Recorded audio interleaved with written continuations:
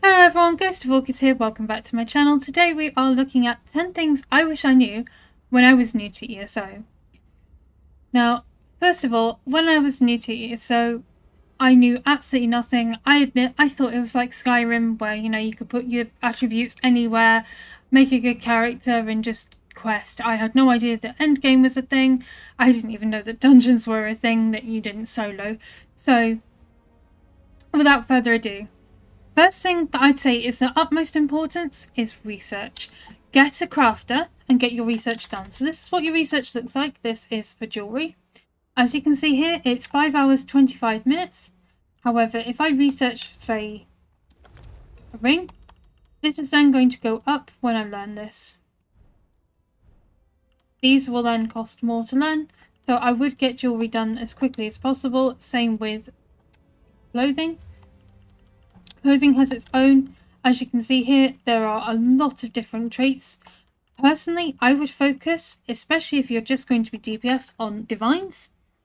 And if you're going to be a tank, I would focus on sturdy, infused, and I think well fitted sometimes. Certainly reinforced.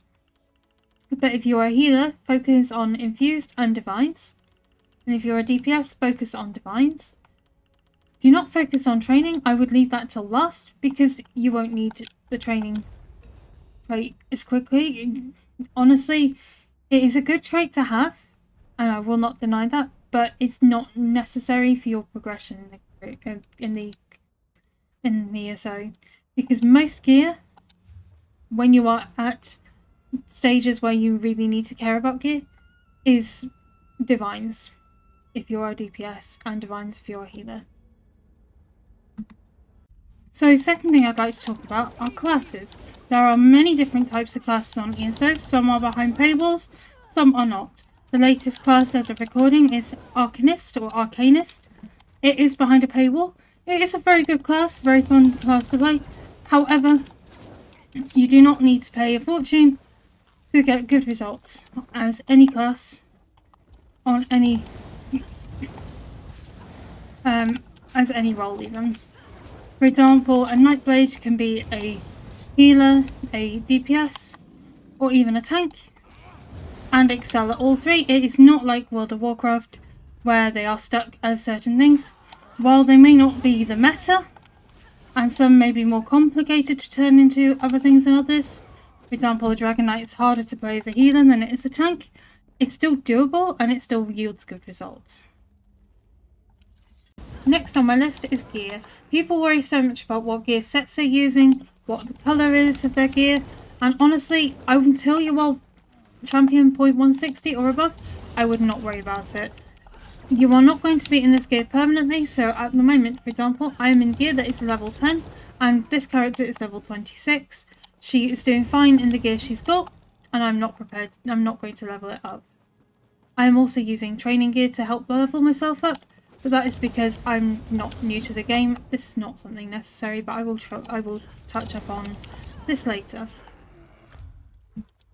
Just to add, it can be good to get gear sets in early if you have access to the dungeon/trial, if you've done it before, but please don't worry about it being in the right trait or about turning it gold, not that you need to at all. It's just gear that you can put on your character. It is just gear for the sticker book. The sticker book looks like this.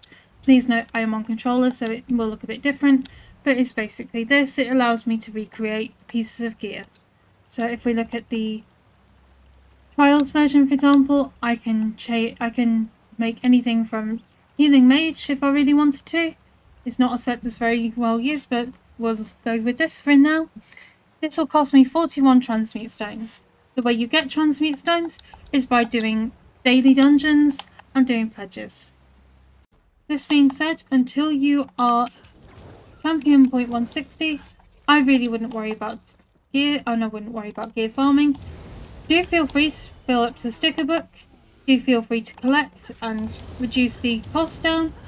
That will help you tremendously, but don't worry too much about putting the right gear sets on and the right traits and having the right traits on it until you are of level where it actually will benefit you.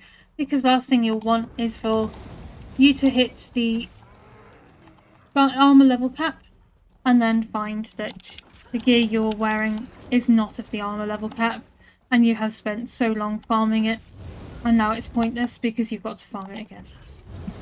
Next thing I'd like to talk about are guilds. There are many different types of guilds out there, from group PvE, roleplay, housing, you name it, there's a guild for it. There's also social guilds. Social guilds are great if you want an atta.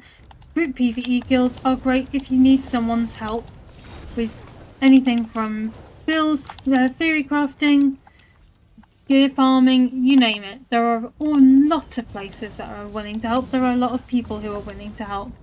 If you prefer to go at it alone, this is probably not the game for you unless you don't particularly care about endgame.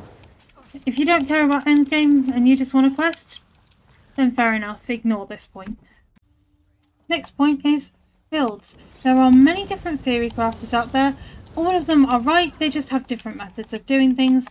Maybe different suggestions of gear sets or even weapons. Doesn't mean that one's wrong or one's right. It just means one does it a different way than the other, and there is nothing wrong with that. If one suggests you use bows, but another suggests you use daggers, for example, it's probably just because they have built that build to fit that weapon type, and they are aware that not everyone likes one weapon type even over the other. It's not to say that the weapon type's wrong or the build's wrong. Like I said, just a different way of doing things. Next on my list is power leveling. People think they need to level up very quickly.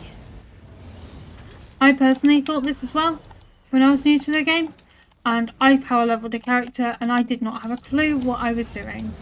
I messed up really badly and I just didn't understand my role, my class, anything, because I didn't take the time to actually sit back and enjoy it. And then it became very daunting for me and very harsh. Reality hit like a brick, and I do not want that for any new player. So my advice is to simply enjoy the game. Yes, it can be a bit daunting and overwhelming. I know some of the skins can look really nice and pretty, so there's some of the personalities, but that's things to work towards. You don't need to get it on day one. You certainly don't need to rush yourself into getting it. That's how you can get overwhelmed, and it can be very, very daunting for you. Next I'd like to talk about is crafting styles. Now, crafting styles in the game, some of them are rarer than others. So if you've got your base game one, for example, I am a high elf, therefore she'll know her basic high elf one. I could easily find a wood elf one if I loot enough containers, or a high elf, for example. Then when I read it, I know their style. And I can replicate that style on this character. I can also craft in it if I really wanted to. This allows me to unlock, basically allows me to unlock more potential for my character, which is absolutely perfect. However, you may be thinking, I need to get material from somewhere. I don't know where. Don't panic. Honestly, do not panic. The best place you can get it from, genuinely, is by looting everything you find. So I mean, loot the chests, loot the containers, everything you find that's got something in it, loot it. Because chances are it will give you a piece of material and you won't need to buy it. The only exceptions to this are the DLC ones.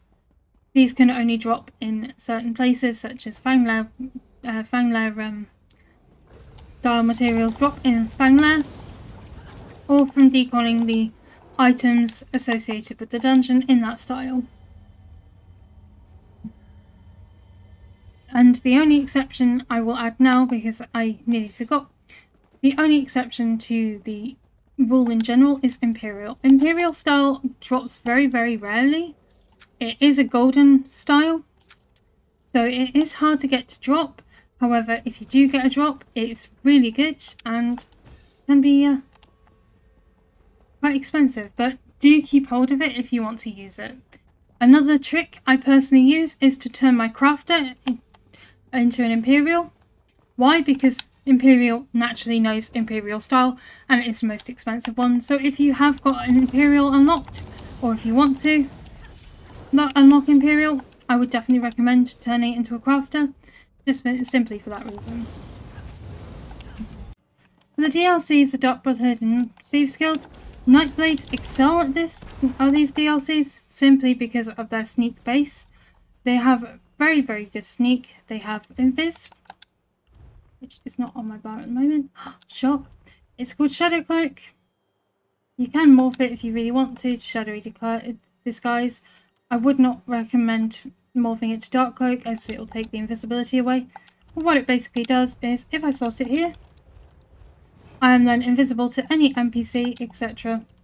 to anybody without a lantern, which does appear in the DLCs. However, they are much easier to avoid, and it's much easier to avoid getting a bounty if you use the Nightblade for the Dark Brotherhood or the Thieves Guild.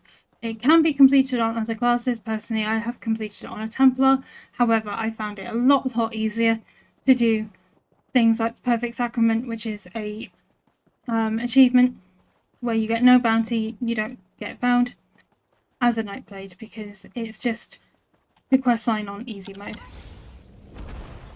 That being said, any questline is completable on any character. You don't have to be a specific class or race to complete any questline. Last but not least, houses. There are many houses in the game. A few of them are free. For example, the Rosy Lion is free. All you have to do is speak to this NPC here, and you can own your own house.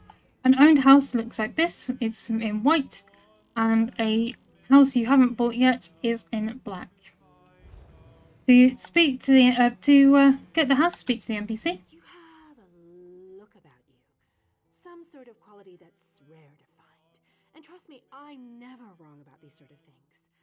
Can I interest you in a room at the local inn? Actually, wait, that came out wrong. A room at the local inn. Look, empty rooms are just bad for business. The upkeep alone costs me more than the place is worth. But I think we can come to a sort of arrangement. And not the sort of arrangement that involves a few drinks. Let me be clear about that. What sort of arrangement? I need someone to improve the reputation of my properties. A hero type who people look up to. And I have a feeling about you. You've done something great and are probably on the way to do something greater. Seems like we can help each other here. I'm interested. What are the details?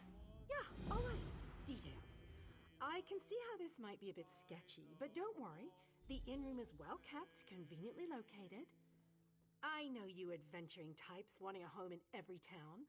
This would be a nice addition to your holdings. There has to be a catch. What is it? No catch. I just need someone to freshen up my image. And my gut tells me you're the one to do that. As long as you're not planning on turning it into a skooma den or an outlaw's refuge, the room is all yours. So within legal reason, I can do what I want with the place? Oh, sure. You can set up some crafting stations, house your pets, display any treasures or trophies you've come upon in your adventures. Hey, you can even set up a target dummy to practice combat. Just don't demolish the place and we're good. Alright, I accept your offer. Excellent. You won't regret this decision, I swear. Here's the deed and key to the room. Took me a while, but I finally was able to take them back from the last tenant. Required more time in the sewers than I had hoped for, but hey, that's business. Hope the room is to your liking, with your reputation. So, to teleport to a house, all you do is highlight it on the map. For me, it's a controller situation, so my buttons might be a bit different, and you just teleport inside if you want to go inside, or choose outside if you want to use it as a way shrine. It is a free way shrine, so do not worry about having to pay. It is nice to have one in every city if you can, but definitely pick up the free ones. I would definitely recommend that. And to end this video, I will say it's okay to feel overwhelmed. ESO is a lot to take in, I know. It is a lot to learn. And it's okay to feel a bit overwhelmed. It's okay to feel that you're struggling. It's okay to quit and come back another day. There is nothing wrong with calling it a day for a bit and trying again another day. I wish someone had told me this when I first started, because I struggled to no end. I thought I was an absolute failure and that I would never get the hang of this game, whereas I have been playing it for years now, and while there are still some things that I am not brilliant at and I probably never will be, such as tanking, I'm a lot better than I used to be, and I have a lot of support around me. If you need support, there are people out there. A guild I didn't mean to place that. A guild I'm in are very, very helpful. I'm very willing to help people, new players, returning players alike. If you do need help, the link is in the description below. If not, DM me, DM somebody that you can trust that will help you out. Lean on friends, lean on family. Heck, even ask your guildmates for help. It's no problem. People are there to help, and a lot of people want to help. Don't struggle in silence, please. I know ESO can be incredibly overwhelming, especially for a new player. It is a lot to take in, but trust me when I say, you'll get there. Stick with it, don't give up, and remember, you can do this. You've got this. Now, thank you very much for watching, guys. I do appreciate it. I will say bye for now. Bye.